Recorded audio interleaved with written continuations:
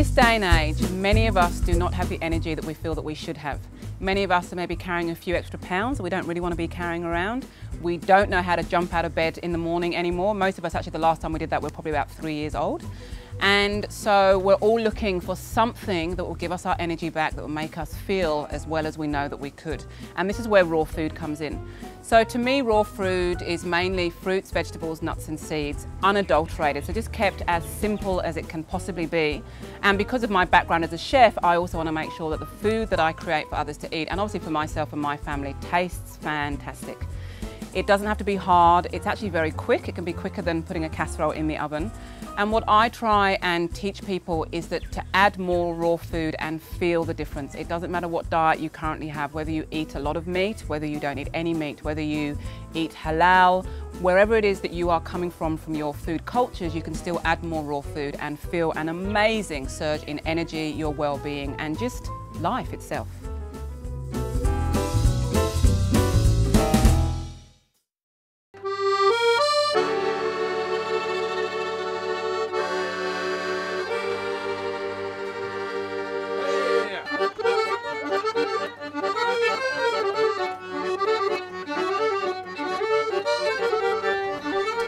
I would like to teach you how to make a green smoothie. Green smoothie is a fantastic way to add raw food to your life very quickly, with freedom and with ease. And obviously the wonderful thing is that it tastes extremely nice too.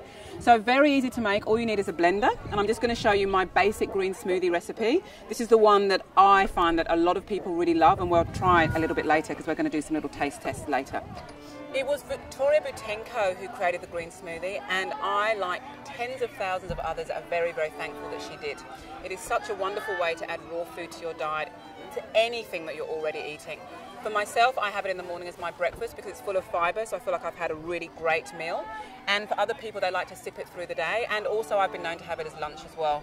So what I'd say is just try the green smoothie. After a few days, you will feel fantastic. Your energy levels will go through the roof, and like most of us, you will probably become a green smoothie addict. So the first thing you want for a green smoothie is some oranges for this particular recipe, and I'm going to put 2 oranges in, and as you'll see, I've actually left the pith on the oranges, and I'm just going to show you how you can keep the pith on but removing the zest. So you take the top off and the bottom, and then you have the orange still on the board, and then very slowly you're just from the top taking the zest off from the top all the way to the bottom. The reason that we keep the pith on the orange is because it actually contains a lot of wonderful nutrients that our bodies want. So there we go, and halve it, and that's how you take the pith off of the orange. I'm also going to add roughly a stick of celery. In it goes, and obviously the greens that make the green smoothie green. Now, I'd like to show you my simple variation, which is silver beet, which goes in 1 handful, and also 1 handful of spinach. Now, there are many greens that can go into a green smoothie, but I always recommend that people start with spinach and silver beet, otherwise known as chard, because it's very, very simple and the taste isn't too green, so it's great for beginning. But there are also wonderful greens like kale, and this is called curly kale, which is one of my favourites. There's also the beautiful rainbow chard, which is similar to silver beet, but as you see, it has these beautiful stems. And then there's also the favourite that I grow in my garden is the Russian red kale. So you can add any of these greens to your green smoothie, but as I said, I do recommend that you start off with spinach and silver beet because they just have more of a delicate flavour. So once the greens are in, we want to add the water. We can add up to 3 cups of water, and it really depends how thick or how thin you like your smoothies, because people like different thicknesses. So in goes the water, and finally, because it's such a hot day here, I'm going to add frozen bananas. Now, if you're making your green smoothie for yourself, you would actually only put 2 bananas in, but I am putting in a little bit more because we're going to give out some samples in a little bit. So in go the bananas, nice and frozen, which will give it this ice creamy texture. So replace the lid on the blender and whiz it up.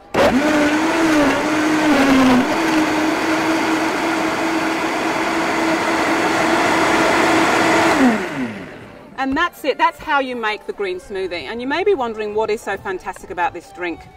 It is such an extraordinary way to add a lot of greens to your diet in one hit. If we had to sit and eat as many greens as our body wants, that would be our full-time job. We would do nothing but sit and eat greens.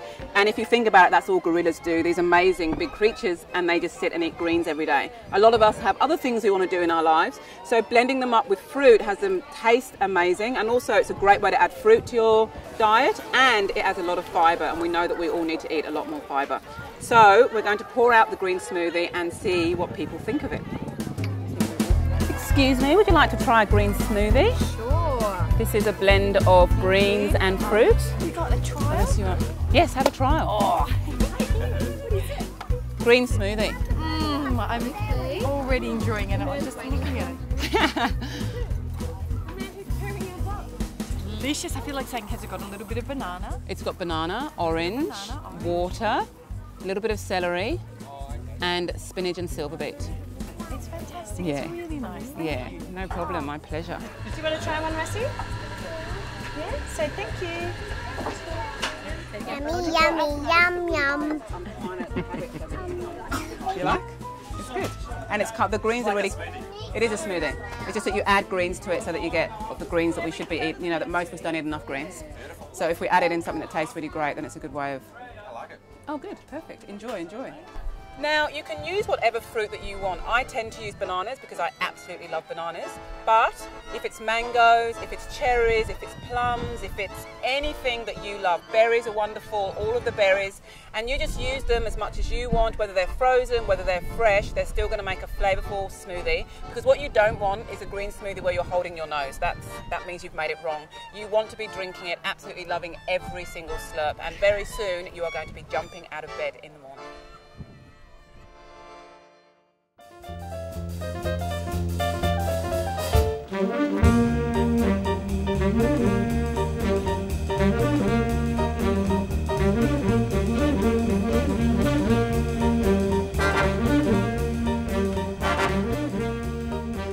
Welcome to KEMI's Raw Kitchen. I'm going to make for you a very filling, beautiful, creamy breakfast dish. Now, a lot of us already eat raw oats in the form of muesli, and I'm going to make a raw porridge. This is a pecan porridge with date jam. Very easy to make. So this is how we start. Half a cup of pecans going into the blender. 1 cup of water going into the blender. A pinch of salt, sea salt, because there's salt and then there's salt. And this is actually my favourite salt at the moment, pink Himalayan sea salt. And a tablespoon of maple syrup. So that's the beginning part. Replace the lid on the blender, very important aspect, as you'll get a pecan sealing. And we're just going to make this very smooth.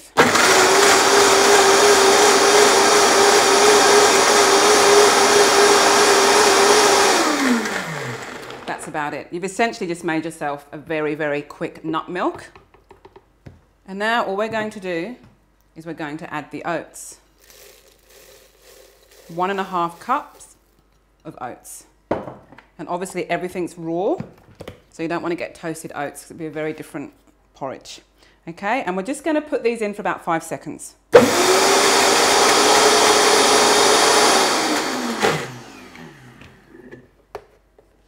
And here we have your pecan porridge. So we're then dividing the porridge up between 2 bowls. You see it's still got a little bit of texture in here, so you don't want it as smooth as custard, but you definitely do want it to combine with the pecan milk that you had made previously in the blender. There we go. And now we're going to make the date jam. Now there are many people that make jam, and I'm one of those people that makes jam, and it takes quite a long time to make jam. But this jam is probably going to be the quickest you've ever seen. Now these dates are midge dates. These are the things that have completely saved my waistline, because I am someone that was known to eat half a homemade cake without any issues whatsoever. And now my sweet tooth has been completely calmed by eating these dates. Very juicy, very sticky, and just like toffee. So if you've never tried a midge date, otherwise known as Californian dates, I highly recommend that you find them. Because actually, I'm just going to eat one because I can't not eat one. So we're going to chop up 2 dates. Just a rough chop, and it's basically 1 date per porridge bowl. You can see how sticky it is because it's sticking to the knife. And then we're going to take that chopped date, place it on top of the porridge, a little drizzle of maple syrup, because you can never have too much maple syrup.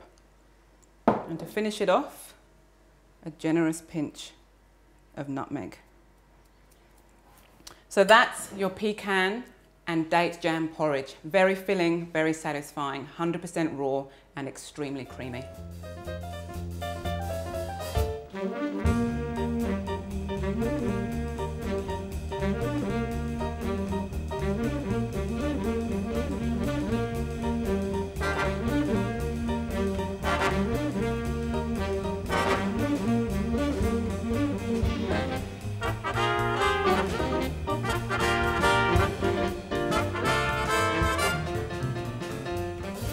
The second breakfast I would like to show you is called a berry breakfast.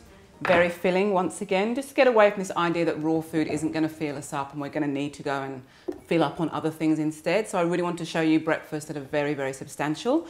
I'm also going to be introducing you to a couple of ingredients that some of you do not know of. So that's exciting. Whenever you're learning a new cuisine, there's always new ingredients to kind of navigate and explore and discover. So we're going to start with a cup of berries, which go into the blender. And it doesn't matter whether they're fresh or frozen. And it doesn't matter whether they're strawberries, raspberries, blackberries, blueberries, whatever takes your fancy that morning. So in go the berries. Now going to add 2 cups of water. If you're using frozen berries, then make sure that you use 1.5 cups of water instead of the 2. And on to the first ingredient. So this is called agave syrup. And it comes from the agave cactus and it's a natural sweetener. It is a sugar like other sugars, so I don't recommend that you go around downing a bottle of agave syrup every single day thinking that it's going to bring you health and well-being, because you may find that's not the case. But it is a wonderful sweetener, and I love the dark agave, if you can see that colour there, because it still contains some of the minerals of the agave cactus itself. So it's a beautiful sweetener. I highly recommend that you add it onto your discovery list. So we're now putting a tablespoon of agave syrup into the berries and water. There we go, very sticky. Looks like maple syrup, actually, the dark one. There we go. And lid on the blender. And we're just going to blend this for a few seconds.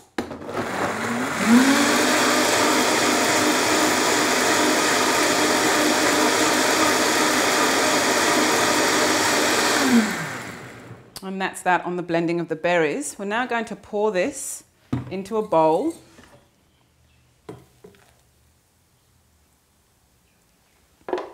We don't want to waste any of that beautiful berry-rich antioxidant goodness. Let's put that into the bowl. And here comes the second ingredient I'd like to introduce you to. So this is chia seeds. Chia seeds are an amazing seed. They're very small, as you can see. They are an amazing source of dietary fibre, also omega-3, and a very high source of protein. So another one to put on to your discovery list. So in go the chia seeds. Now, one thing about chia seeds is that they actually expand very quickly. So we have all this liquid and not really a large quantity of seeds compared to liquid, but these are going to soak up all of this berry water, berry juice. So we're pouring the chia seeds and we want to mix as quickly as we can, because sometimes the chia seeds can go lumpy. So we want to mix briskly, and you can do it how I'm doing it here, where I'm actually turning the bowl at the same time that I'm mixing the chia seeds into the liquid. So once you know that you've mixed those in well, you then transfer this mixture into either your individual dishes, or you could also do them in a large bowl, because then you can scoop it out from there. And the beautiful, magical thing about chia seeds is that it will set this like jelly. So in we go.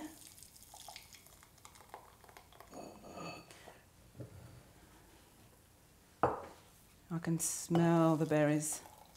This gives me the sense of summer. There we go. If you set this aside or into the fridge for 1 hour, this will be completely set. And then once it's set, you then want to garnish the top of the berry breakfast with any berries of your choice. So these are beautiful wild blueberries, but you could also use fresh strawberries or raspberries. And then your berry breakfast is ready to go, and I guarantee you it will have you skipping through the day. And here we have the berry breakfast, and you're just going to finish it off with a small garnish of berries. And if that doesn't see you through the day, I don't know what will. Now you're about to witness a very special moment because I'm about to pick the first apple that we have ever grown in our garden. I don't know if it's ripe. I'm assuming it's ripe because it's big enough. I'm just going with my instinct. So here goes. This is a Red Delicious. And it's delicious. And you mustn't tell my children that I had the first bite.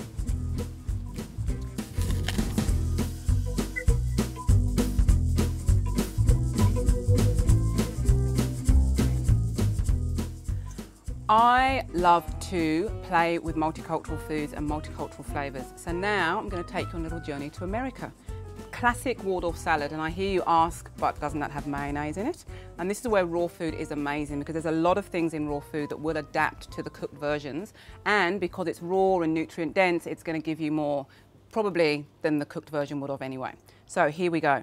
I'm going to add in some thinly sliced celery, some thinly sliced apple,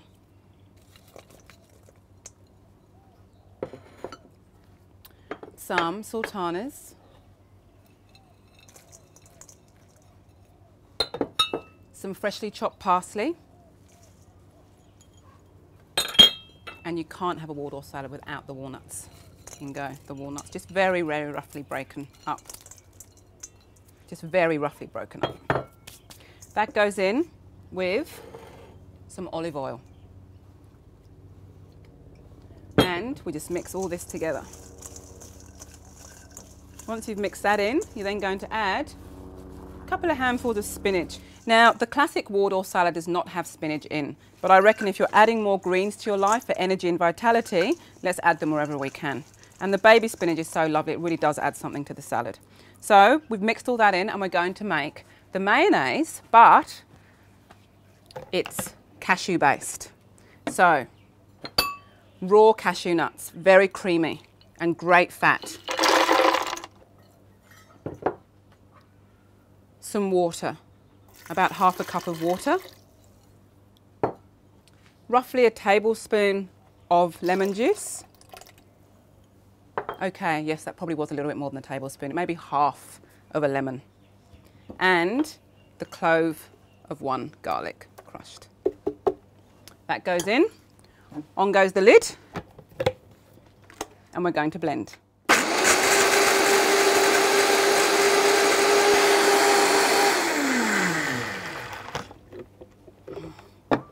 And there we have a very creamy cashew mayonnaise. So I'm going to pour this onto the salad.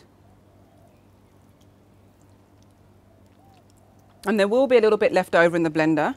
I always love to make a little bit extra because then you have the perfect dip. And if you're like me, you'll get very addicted to this salad. You'll want to put a little bit of extra dressing on the salad anyway. So once again, give it a toss through with your hands. And there you have a beautiful, creamy Waldorf salad. And what you just want to make sure when you're eating this is that you don't end up with large bits of spinach in your tea, because that's not very attractive. So you want to not have that happen. Yum.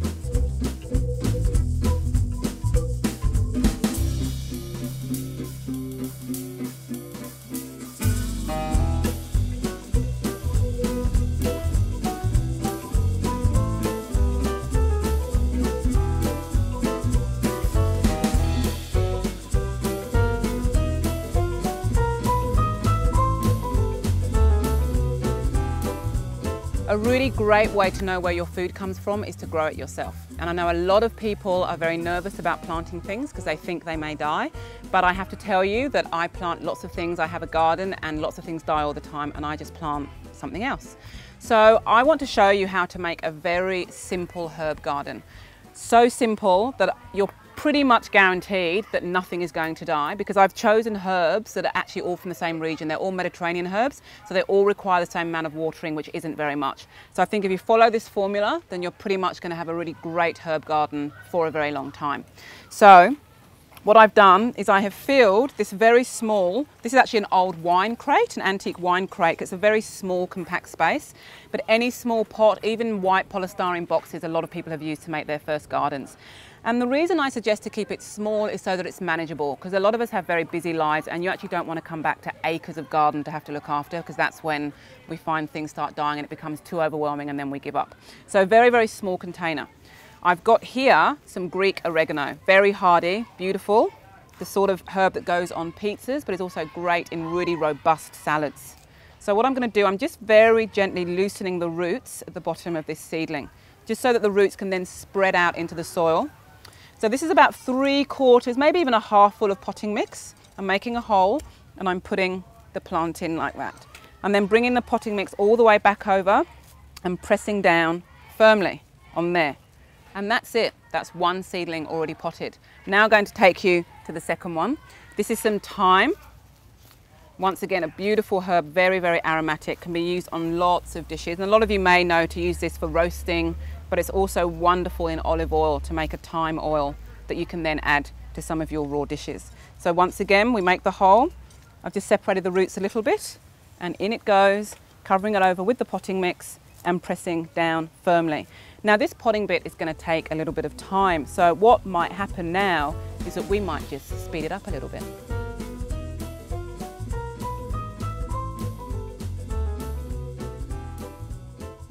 Once you have put all the herbs in, you can then put a little bit more potting mix on the top, just to bring them all up to the same level. And the reason I didn't put all the potting mix in at the beginning is because you don't really know how much soil you're adding when you add the soil from each of the seedlings themselves. So there we go. Now one of the secrets of successful gardening, whether it be a big garden or a small garden, is mulch. And mulch can be anything. It can be wood chips, it can be straw, it can be grass clippings from your garden, it can be leaves. And here I'm using one of my favourite mulches, which is called lucerne, which is a straw. And I find it's fantastic because the worms love it. They come up to feed on it. So if you are going to actually move on to a bigger garden, this is wonderful in larger spaces because the worms always come up from the soil to eat it. The other thing about mulch, especially somewhere here like Australia, where we don't necessarily get a lot of rain all the time, is once you water, the actual straw holds the water in for longer than if you just had soil on the top, where the soil would then, it would just evaporate, the water would just evaporate into the atmosphere. So if you put mulch on, it holds the soil in. And don't be afraid to mulch thickly, so at least 1 inch all the way around each of the plants. So there we go. Once your mulch is on, the last thing you need to do is to water in. So giving a good amount of water to each of the seedlings will then set it off for a very strong and prosperous life, not only in your little garden, but also in your dishes and in your kitchen. So in this Mediterranean herb garden, what we have is we have some Greek oregano, we have some sage, and as you'll see, it's actually purple. There's many different sages you can get, and this is the purple sage I've chosen, just for a bit of variation in colour. Some thyme, once again, there are many sorts of thyme, but I've chosen this thyme. There's marjoram, which I believe is like oregano and basil together. It's absolutely a beautiful herb. And your good old classic rosemary. They're all from the same area, they're all Mediterranean, so when you water one, you water them all, and you're going to have a wonderful herb garden.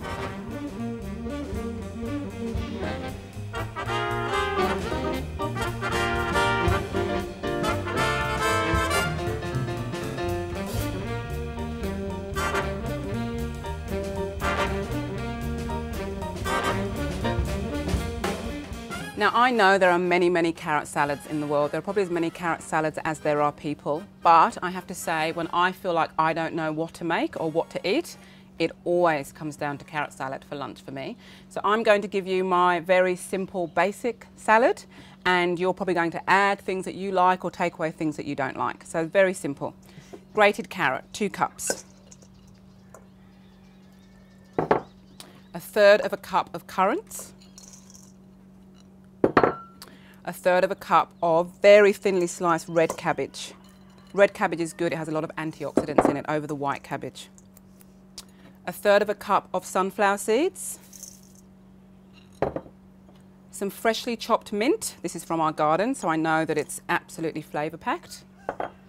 And a tablespoon of dill. Now I have to say that I feel that dill is one of the most underused herbs that we have on the planet. And you always know when dill is in the house. So I really recommend, if you're not used to using dill, go and get yourself a packet, or better, grow some, and just see the difference it adds to any dish that you add it to. A splash of apple cider vinegar. Very, very good for the body. Very, very good for digestion too. And some olive oil. Mix it all around. You see those colours coming out there? Now, if you wanted to take away the sunflower seeds and add some nuts instead, then you could, but I wanted to give you a recipe that was a little bit lighter than the other sort of main dishes that we've done. And that's it. We just plate this salad up, and you may think, well, that's not going to fill me up, that's just a carrot salad. But I ask you to try and eat a lot of carrot salad, because it's full of so much fibre, you'll actually be fuller than you imagine. So there we go, 2 beautiful serves of carrot salad, available to eat on its own, or put it on the table with the rest of the meal and allow people to just take what they want as they want it.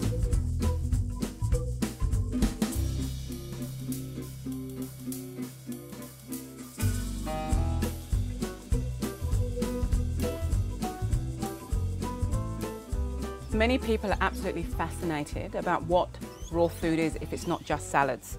So I would like to make you what I think is a dinner dish. You can serve it as I'm about to show you now, or you could serve it with any other protein that you would like to, whether that be meat, fish, seafood. So the dish I'm going to make is a zucchini tagine with orange scented couscous. Now, Moroccan and Middle Eastern flavours are some of my favourite flavours. I love the way that they have such a fresh flavour, but they add spices with the savoury flavours, and I think it just makes for such flavourful food. So that's one reason why I created this recipe. So we're just going to start with the first part, which is to take 1.5 cups of thinly sliced zucchini. You could also use squash if that's what you have. And for those of you that have a garden, you always have too much zucchini, so hopefully this recipe will come in very handy. Also going to take a tablespoon of lemon juice, fresh lemon juice, just goes in there like that. Half a clove of garlic that's already been crushed, in it goes. And some olive oil, just enough so that it can marinate. I'm just going to mix this with my hands. Now you see I haven't added any salt, because once you add salt to zucchini, the zucchini starts to sweat the water out, so then you'll get very soggy dish. So if we're going to add salt to this dish, it's best to add it once the dish is prepared. So that's it. So we're going to set that aside as the zucchini lightly marinades, and now we're going to make the tagine sauce. So now we're going to make the tagine sauce, which is a rich, beautiful tomato sauce. 1/3 of a cup of tomatoes. I'm using cherry tomatoes because I think they have such a great flavour, but you can use whatever tomatoes you like. I'm also adding 1/3 of a cup of sun-dried tomatoes. Now, it's important that you use sun-dried tomatoes that have already been marinated in olive oil so that they're soft ones, not the dry ones. It also means you get a little bit of extra herb and spice that they've been marinated in when you bought them. In they go. 1/2 teaspoon of my favourite spice, cinnamon. And 1 teaspoon of the beautiful aromatic cumin. We then put the lid on the blender and blend up the tagine sauce.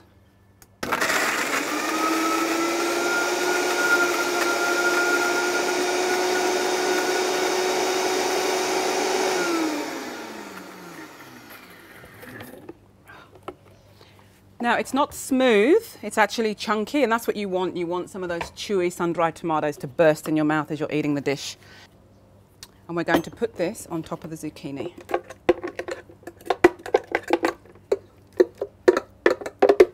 Now, some people may be a little bit squeamish at what I'm about to do, but I do think it's the best way to be connected to your food, and that is to actually touch it. So I'm just going to mix the tagine and the zucchini together. And then we're going to set this aside so that we can make the orange scented couscous. Now, I'm making a raw couscous. That doesn't mean that I'm making uncooked couscous, because that wouldn't be very nice. Couscous that I'm making is made out of cauliflower, which is very nice, and obviously very good for those of you, oh, some of them dropped out there, very good for those of you that like your couscous, but for whatever reasons can't eat wheat. So in goes the raw cauliflower, that's 2 cups. We're putting in half a clove of pureed garlic. Garlic is so good. And the zest of 1 orange, so already just finely zested. And this may seem like a lot of salt, but it is very good salt, and it really brings out the flavours in this particular dish. So that's half a teaspoon of salt. On goes the lid. I nearly forgot. Splash of olive oil, just to keep it beautifully soft. And pulse.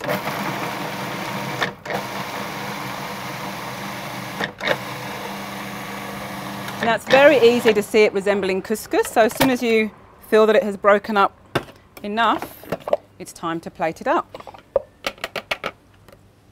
Once again using my hands because I just love the feel of food. So we're going to serve it with the couscous on one side, like so.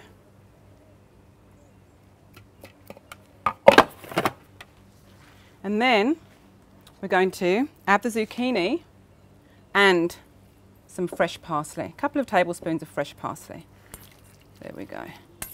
Now if you were going to eat this straight away, this would be the time to add a little bit of salt. And we're going to spoon the zucchini onto the dish.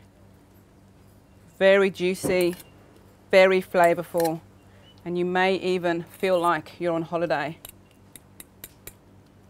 in Morocco once you start eating it. I hope you like this one because I love it.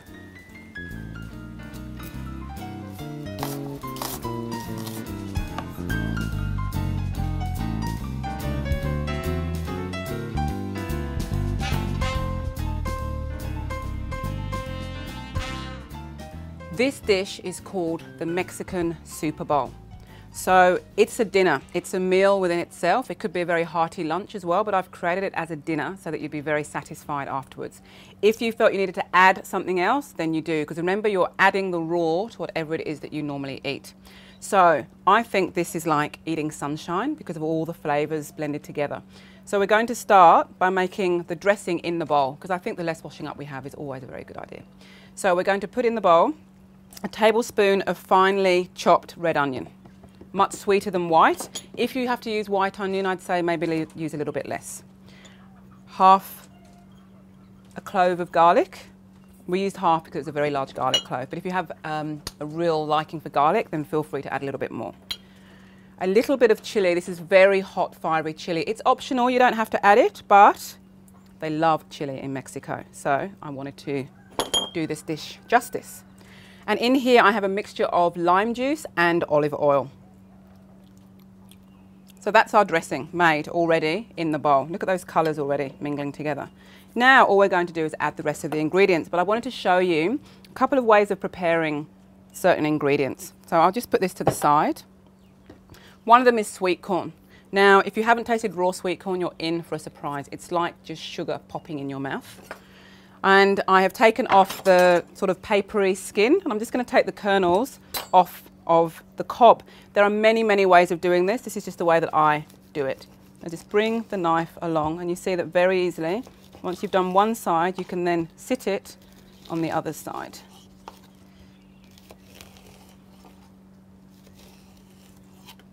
And that's the sweet corn off of the cob. So then we put the sweet corn in the bowl. You just may need to sort of break it up with your fingers a little bit. And the next thing I'm going to add is avocado. And once again, many, many ways to prepare avocado, but I found that this one suits my purposes very well. So I'm slicing down lengthways and then across little cubes. I then get a spoon and just scoop out the middle. And it just falls in very, very easily. And this isn't a salad where if you add a little bit too much avocado or if you don't add as much sweet corn, it's going to go wrong. And I think that's the wonderful thing about a lot of raw food. It's not as technical as baking, for instance, where if you do add the wrong amount of eggs, then the cake isn't going to work. So it is actually, although I'm giving you this recipe, you're actually probably going to end up making it to what suits your flavours and what's going to work best for you. So there we have the avocado and the corn. I'm now adding some chopped capsicum, yellow and red. You could use green. Green capsicum is unripe red capsicum. I find the flavour very bitter, but I also know people that love green capsicum. So if you do love green capsicum, then go for your life and add green capsicum. Cherry tomatoes, beautiful, full of flavour, just halved there. Some roughly chopped coriander. I think that would be called the herb of Mexico. And then to add some beautiful, very, very good fats, and to add a bit of an Aussie twist, some macadamia nuts. In they go. Finish it all off with a pinch of good salt, sea salt, and we're mixing it in. And as you see, as I'm mixing it, you can see the rainbow of colours that come in. This is a salad that you can eat straight away. If you can leave it for a little while and let all of the flavours marinate, then it's going to be really bursting full of flavour. Now, this is the Mexican Super Bowl. If you don't feel super after you've eaten this, you're going to have to let me know.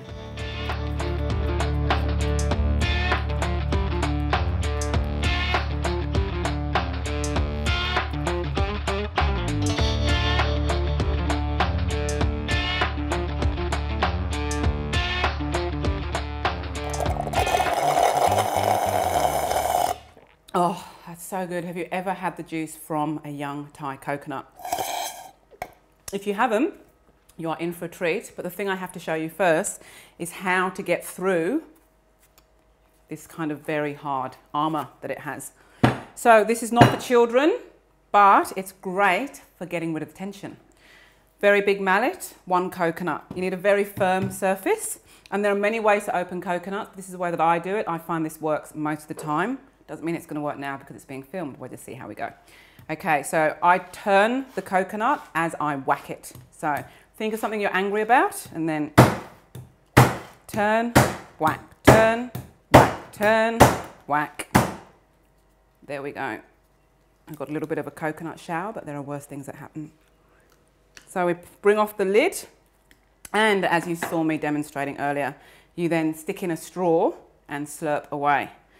The other thing, the treasure, is the coconut flesh, or the coconut meat as it can be called. Beautiful, and this is what we're going to use to make one of my favourite recipes that actually does deserve a little bit of a dance, but I may dance at the end. I will dance because of this dessert. And we're going to use this flesh as the filling for a beautiful coconut and chocolate tart. I have just swapped the blender for the food processor. We do need the blender for later on in this recipe, but right now we're making the base, and we want to make the base in the food processor so that we get some texture. If we use the blender, we'd find that we had a bit of a mush, and we don't want that. We want to differentiate the textures through the tart. So we're starting off with 1 cup of raw almonds. So once again, making sure that your nuts are raw and not roasted. 6 medjool dates, so I've taken the pips out. And half a cup of desiccated coconut. You could use shredded coconut too, but it's basically the dried coconut meat that I showed you earlier. And a little bit of salt. Lid on. And we're just going to pulse it. We're not going to put it on full volume, otherwise once again we may find that it crushes it up too quickly. So we're just going to pulse it.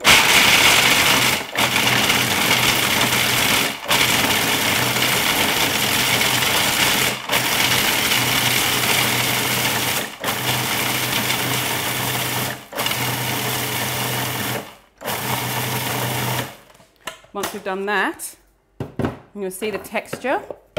So it's still a little bit crunchy. And we're now going to add maybe a new ingredient for some of you. So this is coconut oil. At the moment, it's runny. It's also known as coconut butter. And at the moment, it's in between 2 stages. When it's absolutely fully warmed, it'll be clear. And then when it's solid, it's white. So I'm going to add roughly a tablespoon to that in here. I know that was a little bit more than a tablespoon. Chefs always say that, don't they? We always add a little bit more than we say. So I'm going to pulse it again just for a few seconds.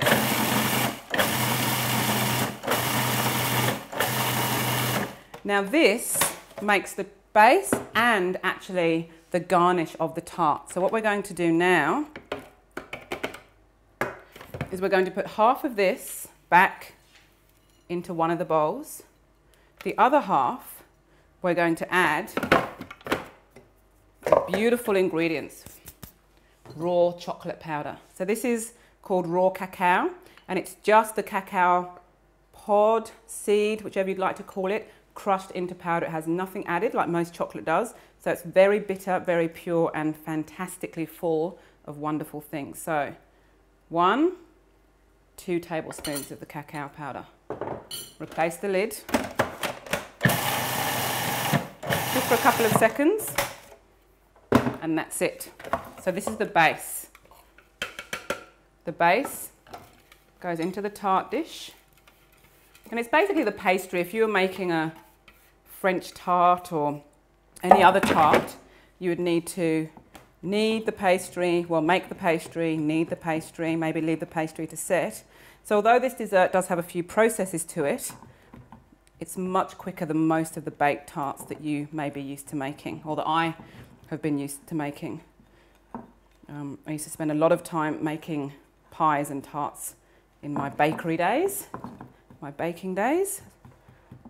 So that's it. We press the base down firmly, and that will actually have a crunch to it, one because of the almonds, but also because the coconut oil will set when we chill this tart in the fridge. So then you have this very nutty, crunchy base. So that's it. That's the base complete. And now onto the filling. So here is 3 cups of young Thai coconut flesh that have been scooped out. That goes straight in. And agave syrup, which I mentioned earlier. Look at that beautiful sweetness going in. Excuse me using my finger. That's it. That's 1/3 cup of agave. I'm now going to add some vanilla pod. Now this is a very, very strong blender, so I'm actually just going to break this in half and throw it in, and I know that it will blend very well in here. If you don't have such a strong blender, then what you do is you just open up the vanilla pod down the middle and scrape out the seeds of half of the vanilla pod. Okay, so that goes there. And 1 tablespoon of coconut oil. And this will help the filling to set in the tart. A little bit more than a tablespoon. On goes the lid.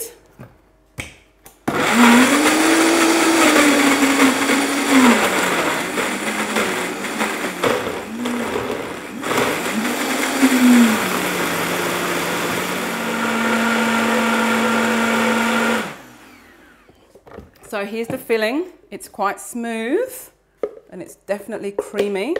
We spoon this onto the tart base.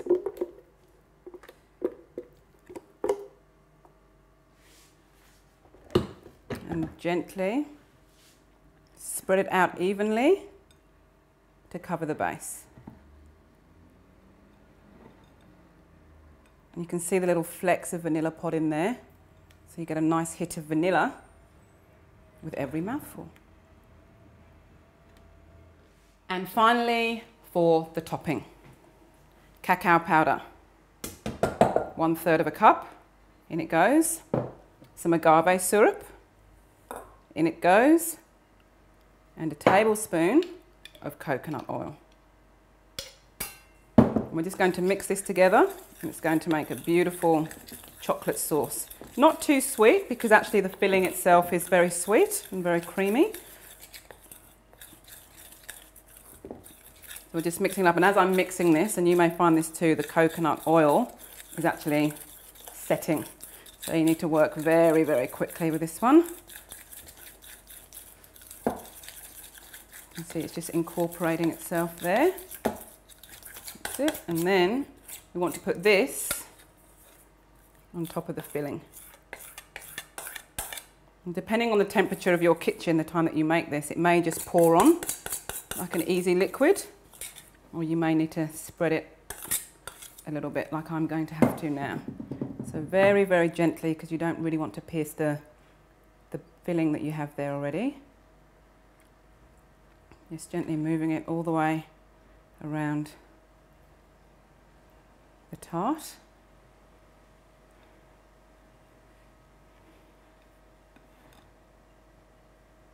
To the edges if you can get it there. And once you've made this tart, you can then chill it in the fridge for a little while. You can actually keep it in the freezer and then bring it out and it can defrost before you need to eat it. So there we go, there's the chocolate sauce, and finally that little bit of base that we put aside then gets crumbled on top. Now, like any proper dessert as far as I'm concerned, dessert should be extremely decadent. But the thing about this dessert is that it also has lots of goodness in it, but it doesn't taste good, if you understand what I mean.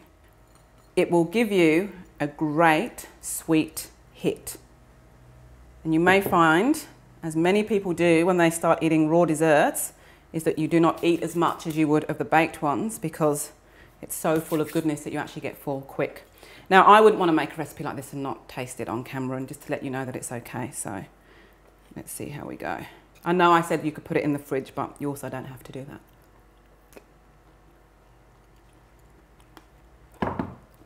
This is where the dance comes in.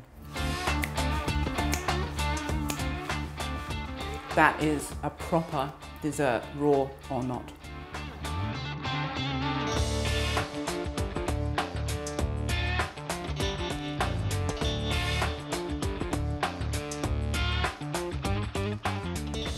Banana balls. I created this recipe for my children and for all children. For many schools now there is a no nut policy, and a lot of raw treats can involve nuts, and I really wanted to make something that I knew the children would eat, that would give them lots of energy through the day, and also that most children will enjoy because they don't contain any allergens for most children. So it's very easy. This is dried banana, very, very sticky. And there are various sorts of dried banana you can get, and you can get some that's been dried so much that it's actually gone a very pale yellow. You're looking for the dark brown sticky banana. So that's 1.5 cups of banana, 1 cup of coconut, a little bit of cinnamon, about a teaspoon, and a splash of vanilla extract. I'm a big fan of vanilla extract. I'm not such a fan of vanilla essence. And for those of you that have never smelt extract, I do recommend next time you go to the shop, just have a smell of the extract compared to the essence, and I think you'll see that they are quite different. So I recommend that you do use the extract where you can, and some beautiful raw honey going in there. So I'm going to put the lid on. We're going to grind this up, and you basically just have your banana ball dough, and then I'll show you what to do next.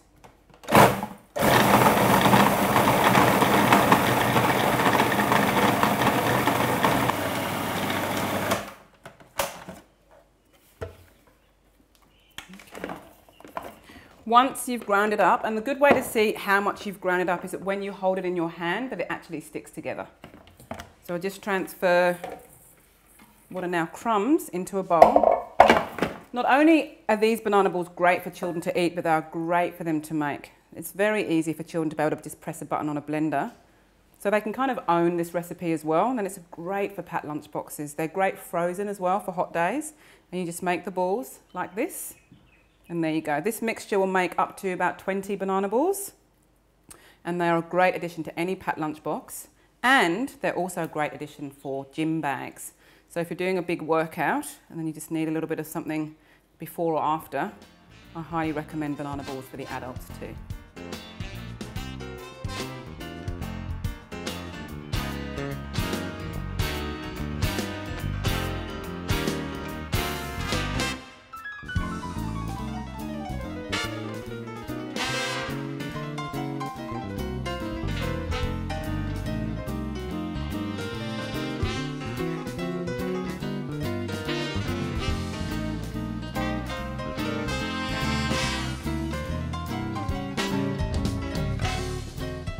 So I hope that at the end of this DVD, you have realised that raw food can easily be a part of your life, that it can be simple, that it can be quick, and most importantly, from my point of view at least, it can be full of flavour.